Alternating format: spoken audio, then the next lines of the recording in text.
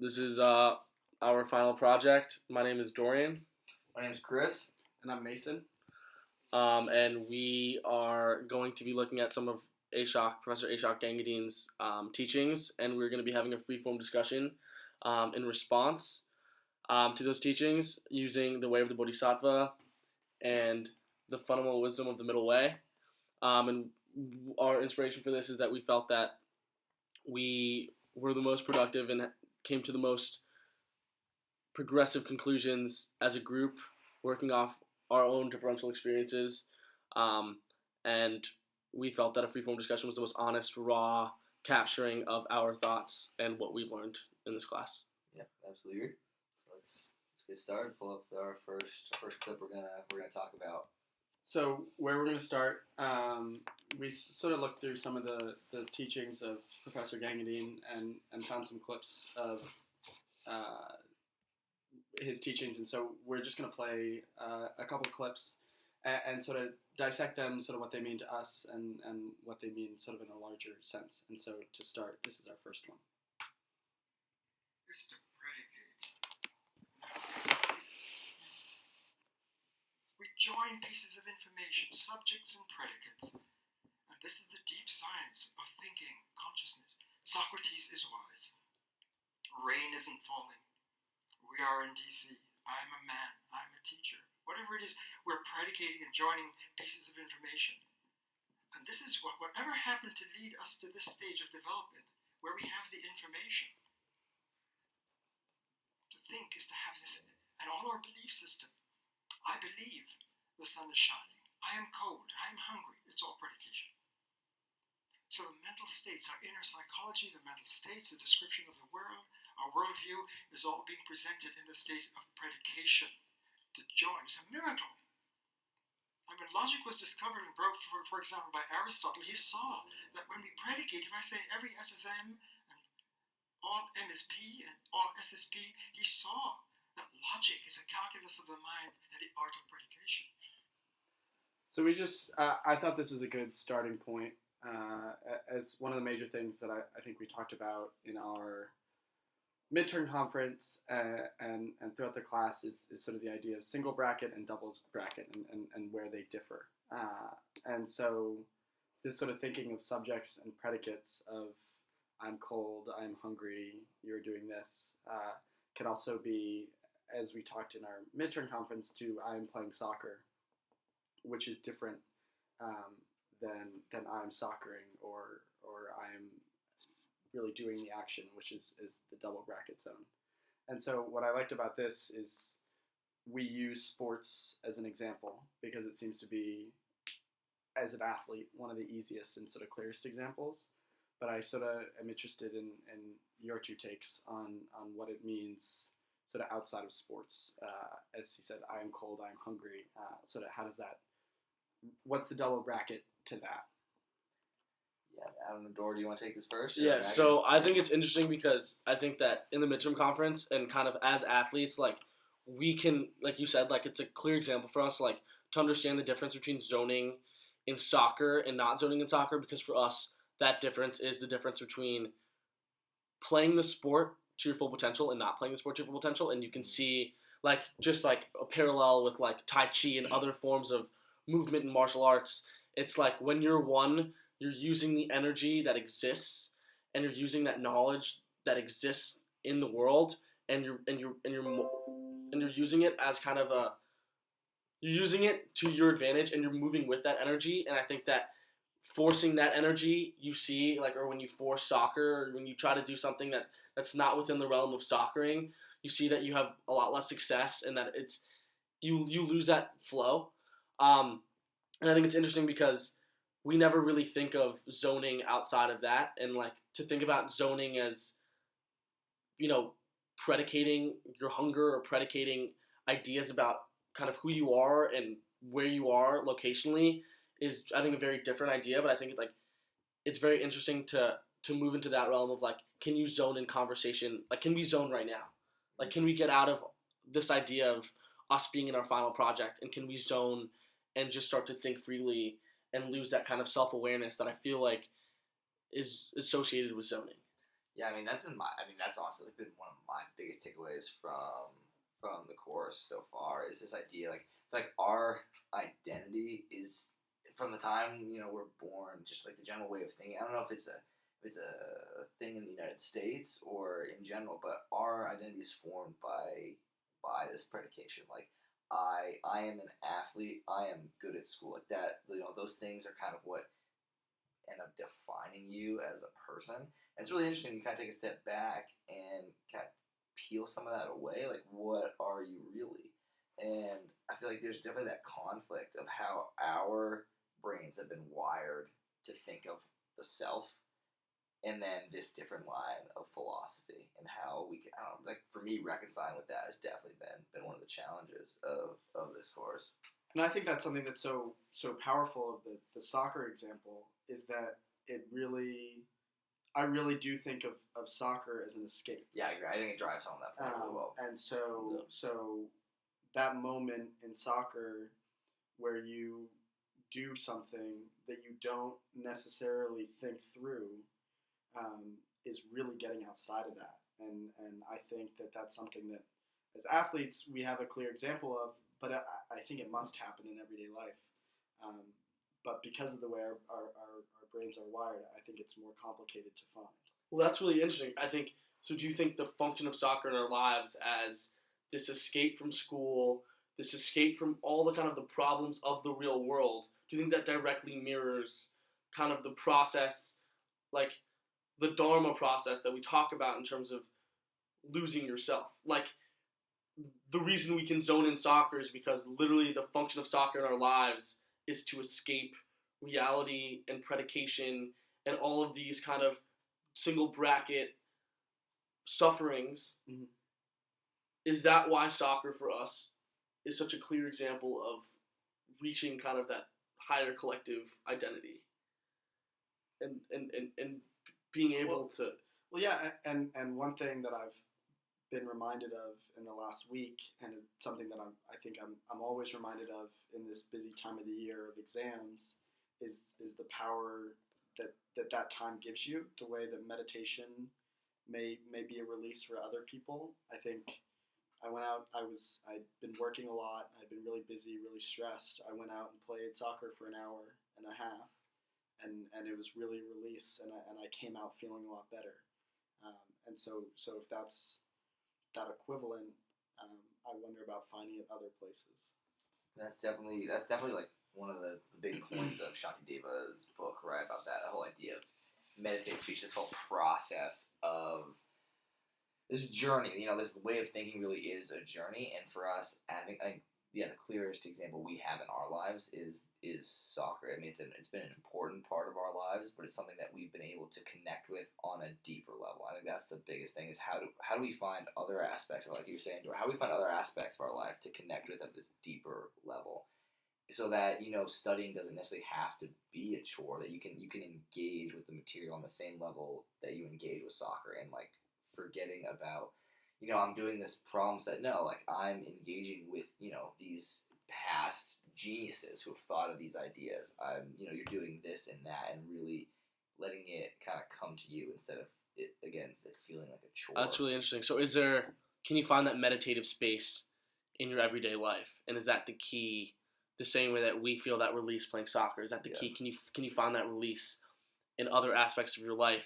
And I think when we looked at the fundamental wisdom of the middle way in chapter 22, when you talk about grasping, and I mean, I know this is about the Buddha, but I think it relates. It's like grasping and predicating the Buddha, like that process of grasping prevents you from actually achieving double bracket space, because it's contradictory. And if you think about, like, to predicate the Buddha is to not find double bracket.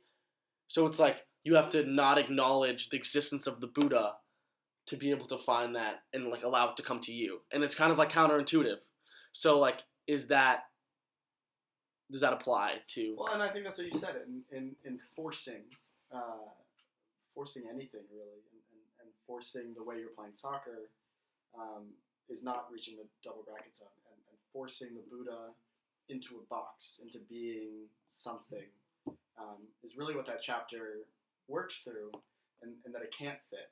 and so that's why I think they do connect in that sort of trying to make something be something is the flaw. Yeah, I think that takes away the whole idea of it being it takes away the infiniteness of it, and it takes away its idea as a philosophy. It's not an individual characteristic or a specified necessarily way of thinking. It's beyond that. It's like it's finding a deeper connection, and that it's placing limits, and Yeah. I think that.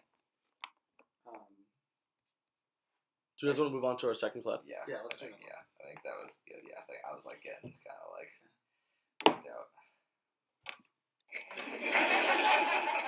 Because we'll see that wisdom, enlightenment, spirituality, you can't talk about it. You must speak out of it. This is the teaching across the planet. Our great teachers knew that.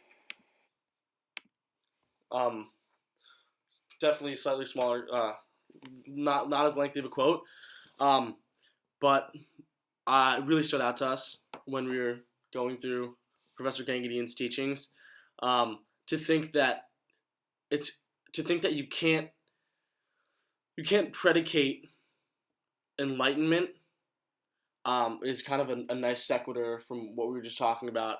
If it's more of like the procedural learning of you can speak from enlightenment, and that's more of a teacher than explaining enlightenment.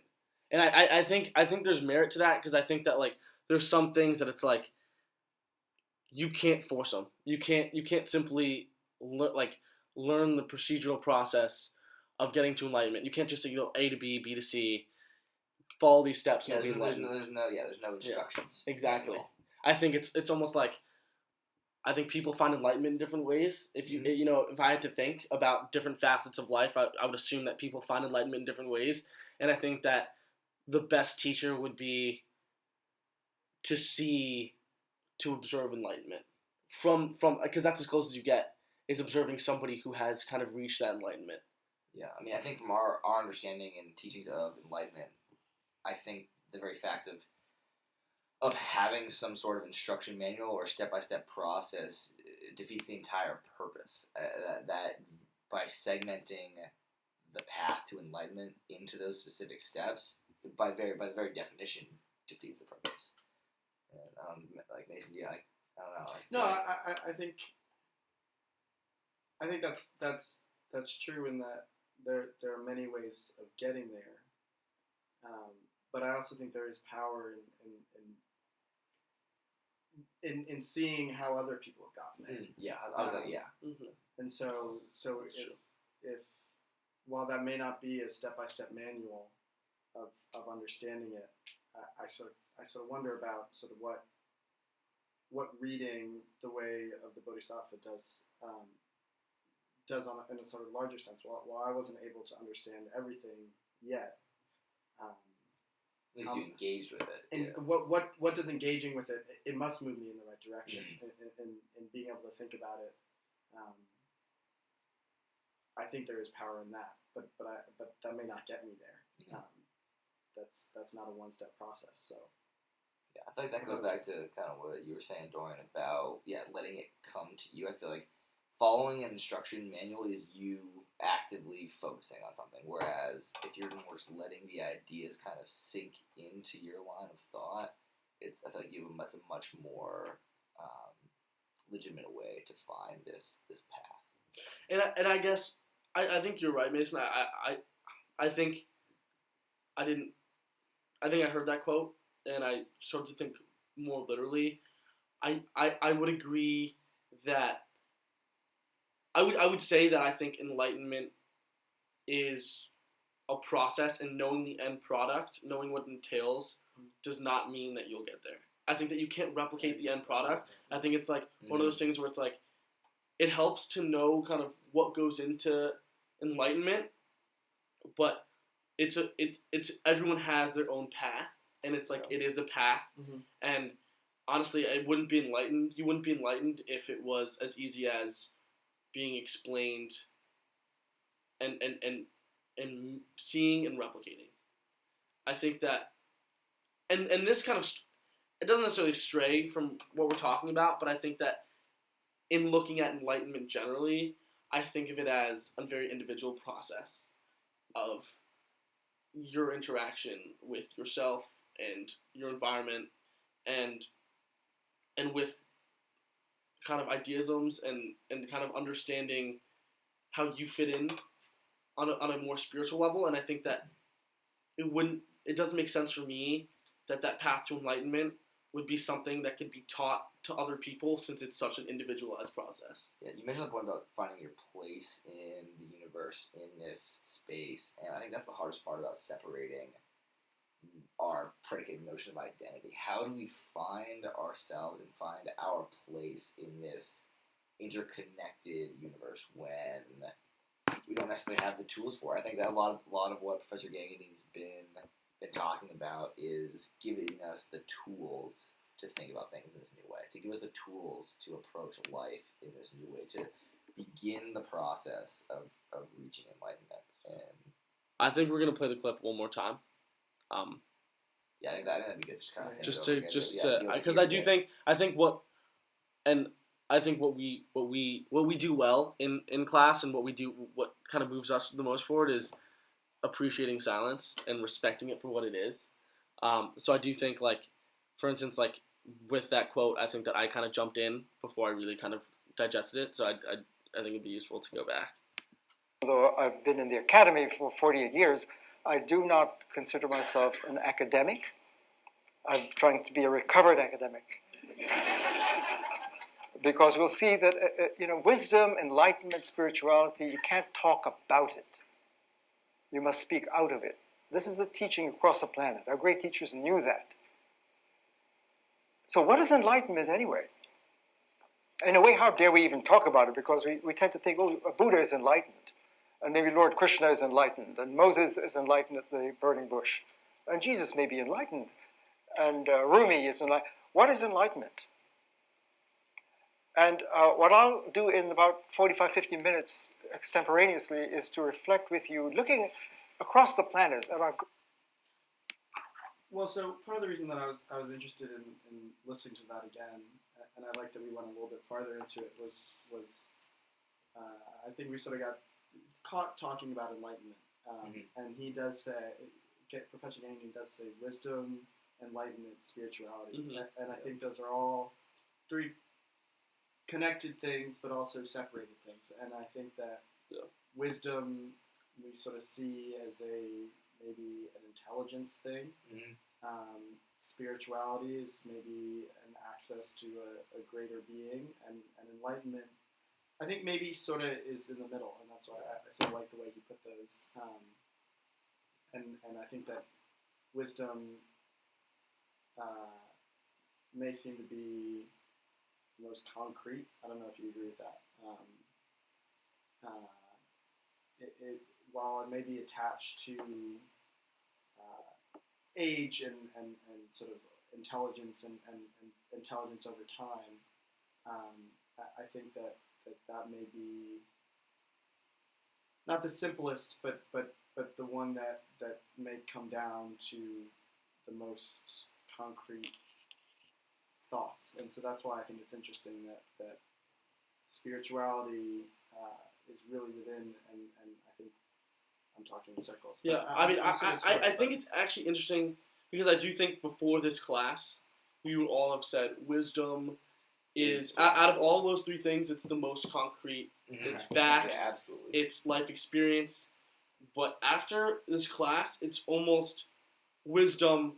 I think we've kind of questioned the core mechanisms underlying wisdom of, like, is predication, like, is me telling you that cup is empty? Is that, like, can you translate me knowing, me predicating, to me being wise? I mean, and look, I know that's like kind of breaking it down in a bit of an unfair way, but like me understanding my environment in this predicative single bracket space, which we have to do in our lives, in school and everything. We have to predicate, and that's the nature of, like Socrates says, that's logic. That's the human brain at work. But it's like, is it are those people the ones that know the best, the most? Are they wise, or is it the people that understand that the questions that are worth answering are deeper? Is it more? I guess what I'm asking is wisdom more abstract and more in line with those other enlightenment and spirituality, which are very abstract ideas that we don't expect to kind of nail down in a few words. Like I think like what we learned is like wisdom kind of falls into that category of being a more abstract idea. I think definitely our notion of wisdom in the United States is absolutely goes hand in hand with knowledge of factual evidence, whatever that means. And I think that's something that is very much a product of kind of the industrial revolution, capitalism type of development in the United States, and that we valued individuals who could memorize information and be able to act on it quickly. Knowledge and that's power. knowledge power type of thing. But a very specific kind of knowledge, and what we would call now and know now is predicate knowledge. It's assigning these attributes to try to understand our world instead of taking a step back and thinking, all right, maybe we don't necessarily need to think of it in this specified way. Maybe seeing it in a broader picture is actually a much better way to go. And I think that's absolutely the case from what we've seen. I mean, and that is the goal, right? Is to be able to take that step back and see the interconnectedness. And I feel like I don't feel necessarily that the idea of capitalism or a developing nation is at odds with that. I think it's just the way. I think it was easier. I think it was easier to predicate than it was to not. And at the end of the day, that No, I think you're right that this class has changed the way I look at wisdom, but I still think that while wisdom may be much more abstract than what I once thought it was, I still wonder about, as we talked about, Buddha in itself is an abstract thing that you can't assign physical restrictions to. And enlightenment is this idea that someone may only get to through a long process, and it may mean something to everybody else. But I wonder about wisdom. While it does mean more than just knowing facts, it may still be grounded in knowing facts. And so that's why I say being more concrete. But I still think, I still do think that this class has really changed what it's meant to me. So are there different types of wisdom? Because I do think we can talk about reaching double bracket space, and we can talk about not predicating, but within our lives here, I feel like I've kind of felt like one of the reasons why this class has been really tough and challenging my ideas is because it seems like I have to unlearn everything I've learned. Like being good, like being observant and ascribing to the community and kind of just our worlds and values of logic is at odds with understanding this emptiness to some degree. And I think there is a middle ground that you can find, but it's like I think that it's almost like there are two different schools of living. Yeah. And wisdom, is there an absolute wisdom, or does wisdom exist in both? I think it's a really good question. I'm just kind of thinking about it for a second.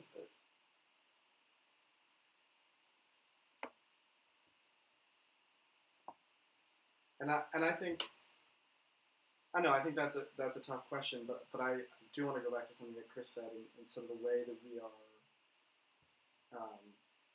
have learned to predicate that I'm a soccer player, I'm good at school, stuff like that, and I think that's a separate world, and so I think that's where your thought of needing to relearn something. I sort of think that's where it can connect to zoning and the way we think about what we're doing, in that it's taking what we've learned to another level. And so that's why I wonder about whether it is two different thoughts or whether it's just going further in what we know. Something I just kind of thought was that the clip that I really want to talk about today did a little bit with perception, and I feel like it's kind of where we're headed right now. So if you guys don't mind, pull it up. Great.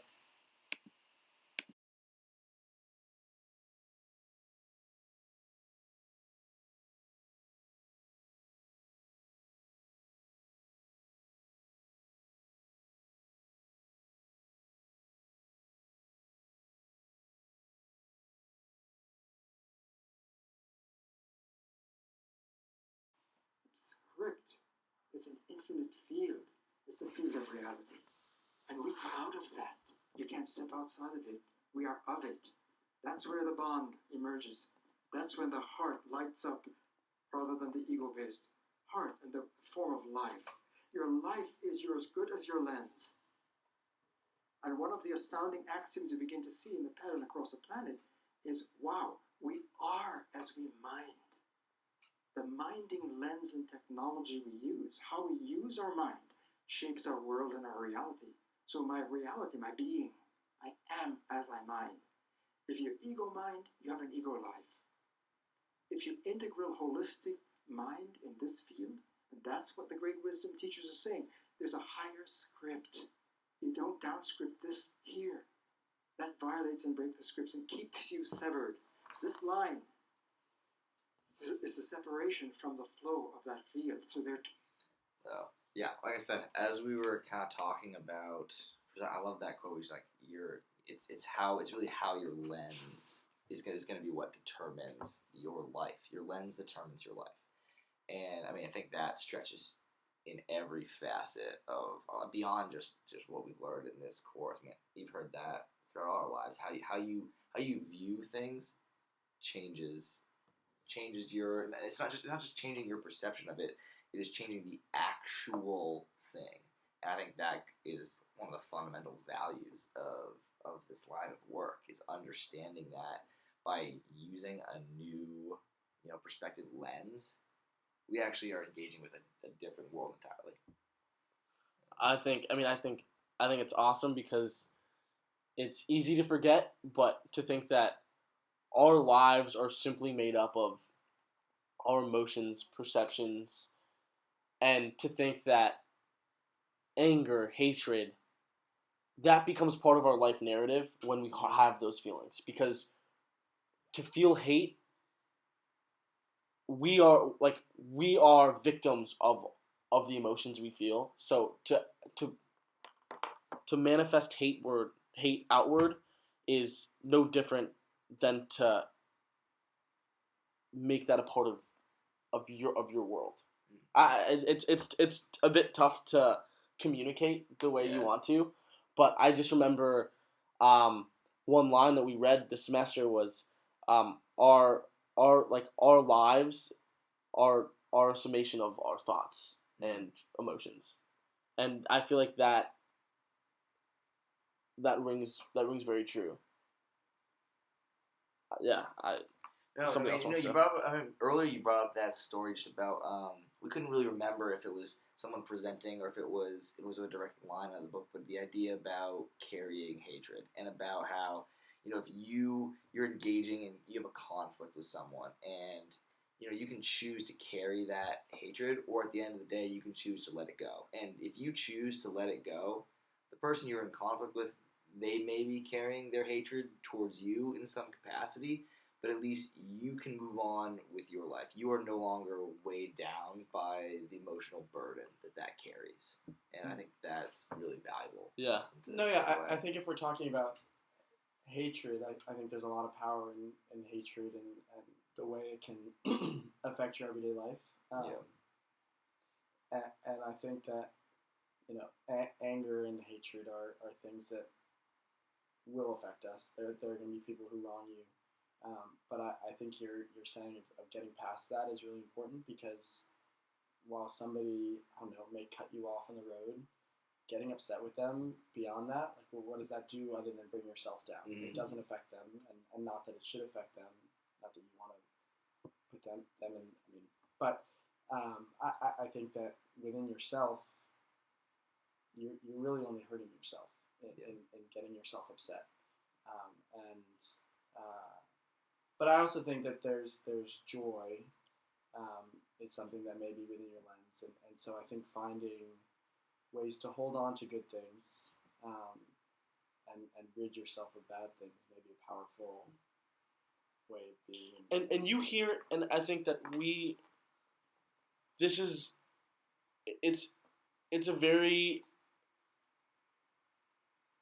revealing kind of idea. I think it's a very important idea, but I think that there's already kind of, it's understood in ways that you see, like, when you talk about, like, hatred being heavy and happiness being light, and kind of, like, carrying that burden with you. And I think that it's not completely a novel idea to us to think that carrying around hatred will bog you down in a way that being happy will not. I think it's interesting that you, as you're describing this, that you would describe emotions kind of in that predicated sense almost, right? Like, if we talk about hatred as being heavy, we already attribute some characteristic adjective to that word as opposed to, like, love, happiness. Yeah. And, I think a lot of this is about letting go of all of those emotions that, you can find. It's about, putting them on a different perspective.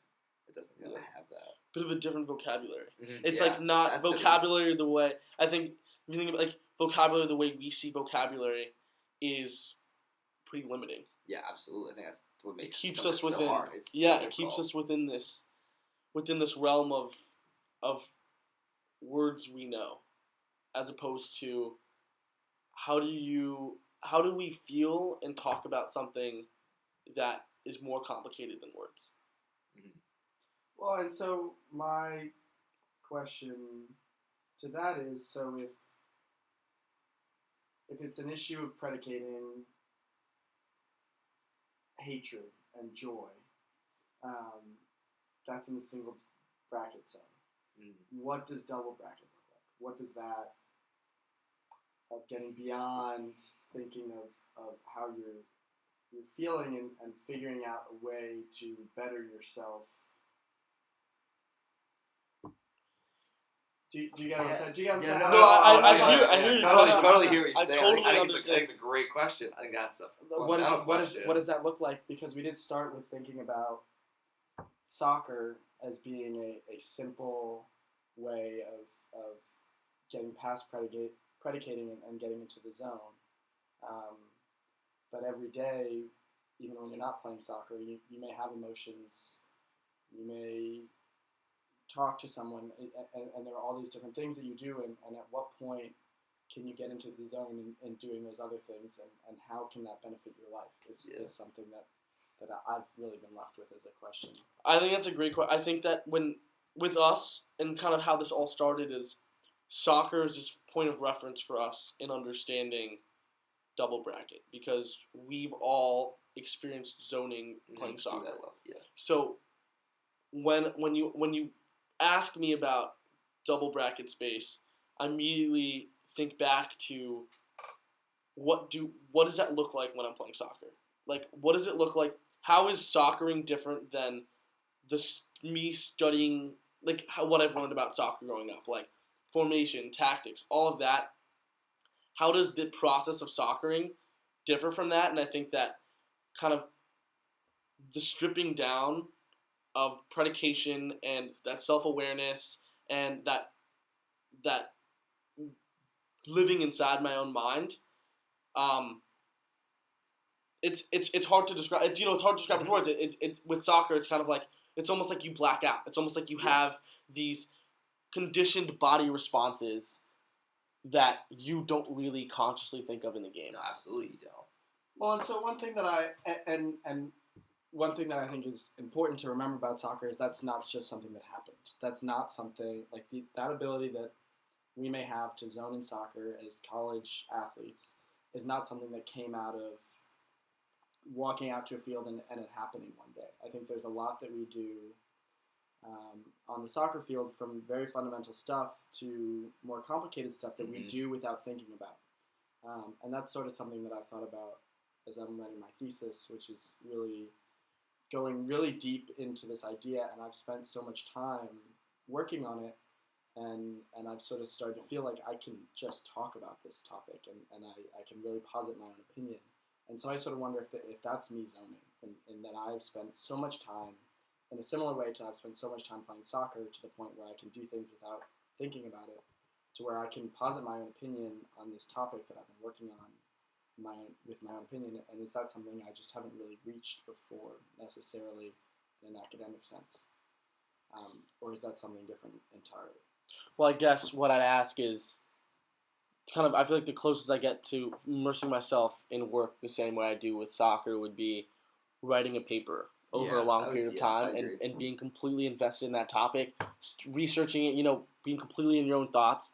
And I guess, what does zoning with a paper look like? Is it like everyone gets to that point where either you have a lot of trouble and you're like, what should I say? What needs to be said? And then you get to that point where you just start writing, and you kind of like, oh, wow, I wrote 5 pages, and I don't even really know where that came from.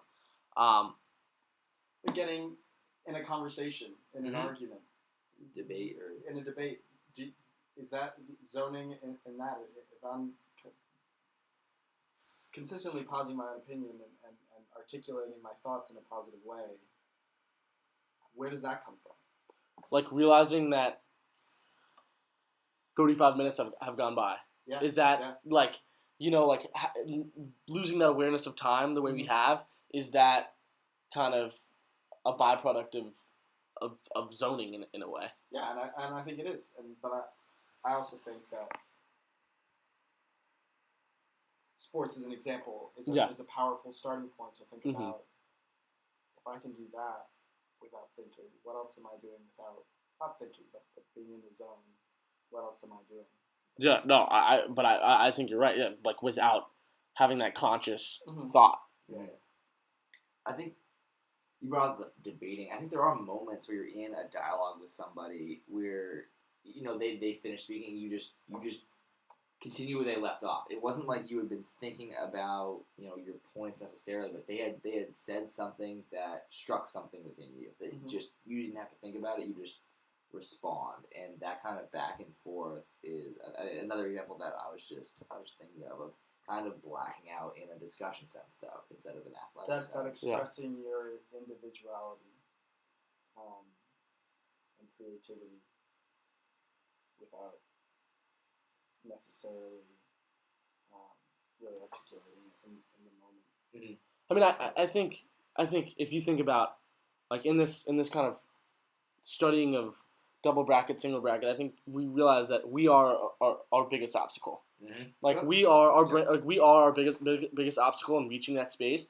And I think that the way that I could totally see it working in conversation and in more of a classroom or studying sense would be, how do we begin to engage with the topic without us in the way? Like, how do we cut out the middleman of us in engaging with the topic and kind of merge, like, just have a much more intimate closeness with that topic? And I mean, because I feel like when you really fully reach your zoning potential, your consciousness and your conscious awareness kind of fades away. You're led by a different energy. That's I would say I wouldn't grasp. It's not grasping. Yeah, it's definitely not grasping. It's definitely it's like a different type of consciousness. It's not conscious the way we think of it now.